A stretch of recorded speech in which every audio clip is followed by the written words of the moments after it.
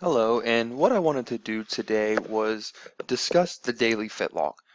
The Daily Fit Log is going to be an assignment that you are going to have throughout the entire year. So as we change units and we change topics and discussion points that we discuss throughout the year, the Daily Fit Log is something that will remain the same.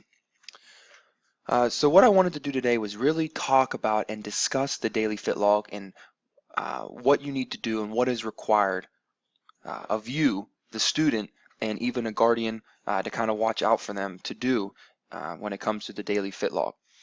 So what is the purpose of the Daily Fit Log? Probably the most important question that I get from all the students and parents is the purpose of the Fit Log um, is for you to get required amount of activity in for this class. And what I mean for required amount of activity in for this class is outside of our live learning or times that I don't see you throughout the week.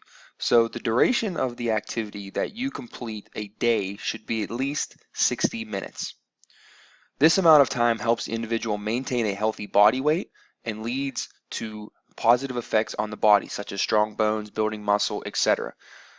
The main reason for this class is for you to learn ways and information on how to keep healthy and maintain, a healthy lifestyle. And this is one way to do that.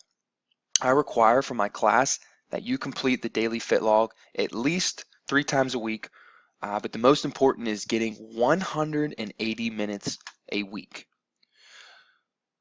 If you are being active every day, then you want to make sure that you log that as well. But let's circle back to that 180 minutes. The reason that that is very important, and I highlighted it there for us, is that no matter how many days that you are active, no matter what activity or exercise that you're doing, by the end of each week, you need to make sure that that total time is 180 minutes. So I recommended that you are active at least 3 days for 60 minutes each day. At the end of the week, that would add up to 180 minutes. But what some students would like to do is they choose to be active for 6 days for 30 minutes during the day, so that would get them 180 minutes.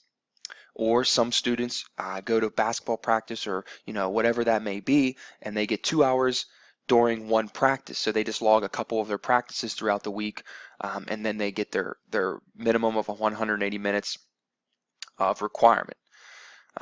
One thing I want you to remember is the live learning sessions can be used as part of your daily fit log. So you will see when we are in our daily or our weekly live learning sessions, we get physical activity during class. The class usually makes up about 20-25 minutes or so of instruction and then about 25 minutes or so of activity. So you can use that activity to log into your daily fit log. Now I know that some of this may not be making sense, but hopefully as we just continue today and we discuss some of the ways that you can log your activities, it will start to make more sense. So as you all know, or should know, is health and wellness falls on Mondays, Wednesdays, and Fridays, with the exception of holidays. Depending on if it falls on a holiday, then we wouldn't have class on that day. But you have asynchronous assignments that you will find in your Google Calendar throughout the week on Mondays, Wednesdays, and Fridays. That does not include the day that we have live learning. We meet each week for live learning sessions for 1 hour each week on your designated time for health and wellness class. So using the sheet that you're going to be learning about here in a second, you are able to go back and input previous dates or activities. I would suggest completing your fit log consistently throughout the weeks to avoid forgetting to complete it, because daily fit log sheets will be due at the end of each month. So at the end of each month, you should finish your fit log and then you will be submitting it to me to get a grade. Where a lot of students run into trouble is they wait till the end of the month to fill out their fit log and then they forget what they did at the beginning of the month, so then they're scrambling to try to remember or get activity towards the end of the month or the end of the week. So I really suggest that after you do an activity or an exercise that you log it that day. So it's something that you can just hurry up, quickly log in there, and then you'll be done with it. The biggest thing here is it is your responsibility to log your activity into the daily fit log sheet. I'm going to repeat that again.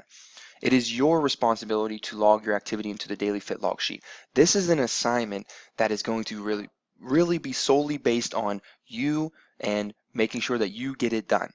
Now I can help you, I can track and make sure that if you didn't turn it in, make sure to tell you to turn it in.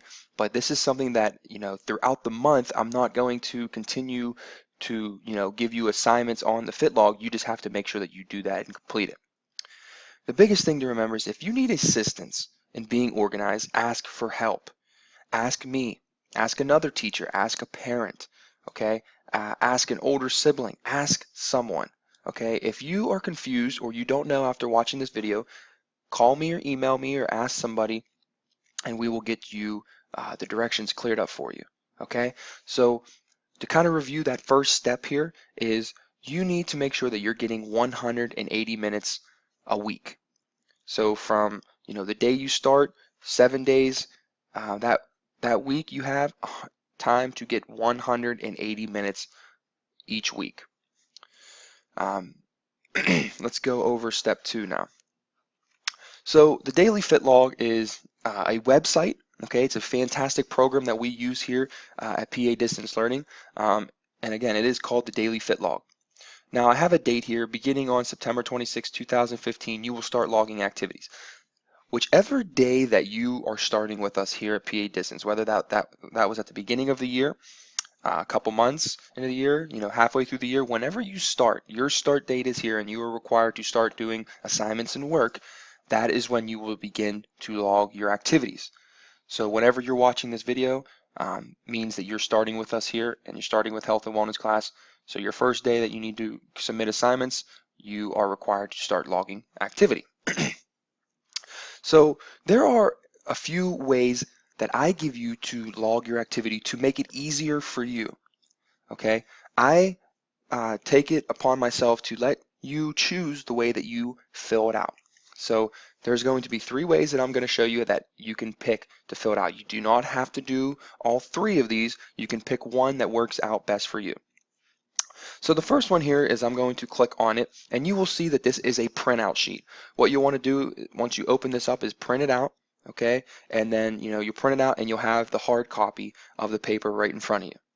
I know it's sideways right now, but that's just kind of how it came up on the screen, so we'll work with it. But as you can see on the screen here, there's a bunch of blank spaces going down. And there's some categories. These categories are what you need to fill out. Okay, and that's what's going to be really important for you when it comes to logging your activities. So this fit log printout sheet, you need to make sure that you log the date. The day that you completed the activity needs to be written here. So if today was September 1st, you would write September 1st and then 2015 or whatever year it was that you're doing it. The exercise name, again, is a very important category. You would write what you did. So that could be running, that could be weightlifting, it could be basketball practice, it could be gymnastics, it could be cheerleading, it could be whatever that activity or exercise that you're performing or you're getting physical activity. Again, this is up to you to record what you're doing. You just need to write that so I know what you did. The intensity, all you need to write for the intensity was how hard was it? Was it easy, medium or hard, or low, medium or high? Okay, so was it something that was very easy for you? Was it something kind of in the middle? Or was it something that was extremely hard and it made you work really hard?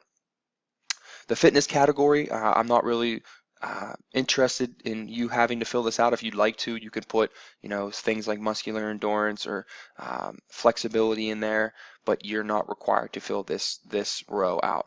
But if you'd like to, you can. The next one here is a very important column that you need to fill out, and that is time. All right, don't worry about the steps, just the time. You need to tell me how long you were involved in that activity or exercise, because I need to make sure that I add it up and it adds up to 180 minutes at the end of each week. So let's go back to the beginning. So you chose your date, September 1st, 2015. You wrote the exercise name, went for a run. The intensity was medium, okay? It was right in the middle. It wasn't too hard. It wasn't too easy. For the time, you went on a run for how long? So if you were out for 30 minutes on a run, you would write 30 minutes in this category. And then notes, I like for you to write some notes of just, quick little bit about what you did or what it was. So went on a run with my brother. Very simple, okay? But you need to make sure that you fill out the date so I know what day that you did it on, what you did, the exercise, all right? The intensity, the time is very, very important, just like the date, and notes of what the activity was, okay? There's also another activity that you can do, or another way to fill it out, and that is using the Google document that I will send out to you as well after this video. And the Google document, and again, this is just an example, so I use an example name and some example things, but this is a Google document that you can have on your computer and just type on it. So instead of printing one off, you can use this to type on. Now, the first thing you're going to want to do when you get this is click File, Make a Copy. The reason you're going to want to do that is so you have your own copy and it's saved in your Google Drive and in your Google Documents. And it says that here in the direction. So you want to put your name, obviously, your class, what grade level you're in, and then the month. That's very important to record the month because it'll keep you organized and it'll show me that you were doing it for the right month. Again, you can see it has the same categories. You want to put the date, so whatever day it was, what the exercise name was here. So it had running, the intensity was medium. Again, you can skip the fitness category, the time, so they went on a run for 10 minutes, and there it is again, went for a run with my brother. And as you can see, they just went down in order from the days that they were at. Okay, now this person did 3 straight days in a row of activity. So the first day they did 10 minutes, then they did 2 hours, and then they did 30 minutes. So let's add this up and see if they got 180 minutes so far yet this week. So they have 10 minutes, 2 hours, which would equal 120 minutes. So total they have 130 minutes so far, and then they got another 30 minutes on that third day. So that would be 160 minutes. So they would still need to get 20 more minutes of activity for that first week. Okay, so by 11:31 here, by the time they get down to here, they should have completed 180 minutes because that would be a week. And again, throughout the month, you continue to log your activities in the boxes. If you run out of space, you can always type underneath it, or just do another document and just make sure you send me both of those when you need to submit. The third and final way that you can turn this in is using the DailyFitLog website. And there, everybody is going to get their own username, and they're also going to get their own password. Okay, now this is obviously mine as a teacher to use. Again, you're all going to get yours, and I'll show you that here in a second. So how to log into the DailyFitLog system the first time. You need to go to www.dailyfitlog.com and log in using your username and password. Everybody's username will be their first name dot your last name dot PA distance. So you're not going to write first name dot last name dot PA distance. You're going to write your actual first name. You're going to write dot, and then you're going to write your actual last name dot PA distance, and then the first time you log in, your password will be PDLCS1. So you'll type that information here in the box and you'll click login. The first time you log in, it is going to require you to change your password because everybody starts off with the same password. So you want to make sure you change that so nobody knows your information. So you're going to type in your current password, which is PDLCS1. You'll change it to your new password and then confirm your new password and click yes, I agree, and then click submit. Again, I recommend that you do a password that you're going to remember. But if you ever forget it, I have all of the passwords on my database, so you can just email me and ask me or call me and I can give you what your password was. Once you change your password, it's going to ask you to input some basic information. Your name and everything will already be in there. The school will be in there. You will just need to log your gender, your birthday, what grade level you're in, and then your anticipated year of graduation. So you'd click edit, and then once you're done, you'd click save, and then there's a video that you can watch to kind of give you some more information about the FitLog. So again, just how to log activity in your FitLog. You're going to log in. You will see these icons. You're going to click on FitLog Calendar. You would click on the day of the month that you are completing it. So then that screen would come up. You would click Log Your Activity. Here's some basic information. Again, name, intensity, or exercise name, intensity, some notes, and then you want to make sure it's on the correct day that you completed it, and then click Log It. And then it will ask you some more information that you can do, and then you click log it, and then that activity is logged in your calendar. And at the end of the month, you would screenshot your calendar and send that to me for your submission.